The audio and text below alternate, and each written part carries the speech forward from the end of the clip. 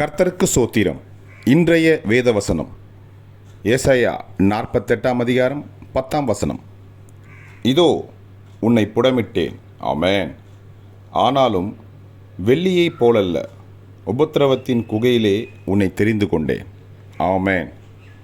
ஏசாயா 48 அதிகாரம் 10 இதோ உன்னை புடமிட்டேன், ஆனாலும் வெள்ளியைப் போலல்ல, உபத்திரவத்தின் குகையிலே உன்னை தெரிந்து கொண்டேன், ஆமென். ஏசாயா 48:10. கர்த்தர் உங்களை ஆசீர்வதிப்பாராக, உங்களோடு கூட இருப்பாராக, ஆமென்.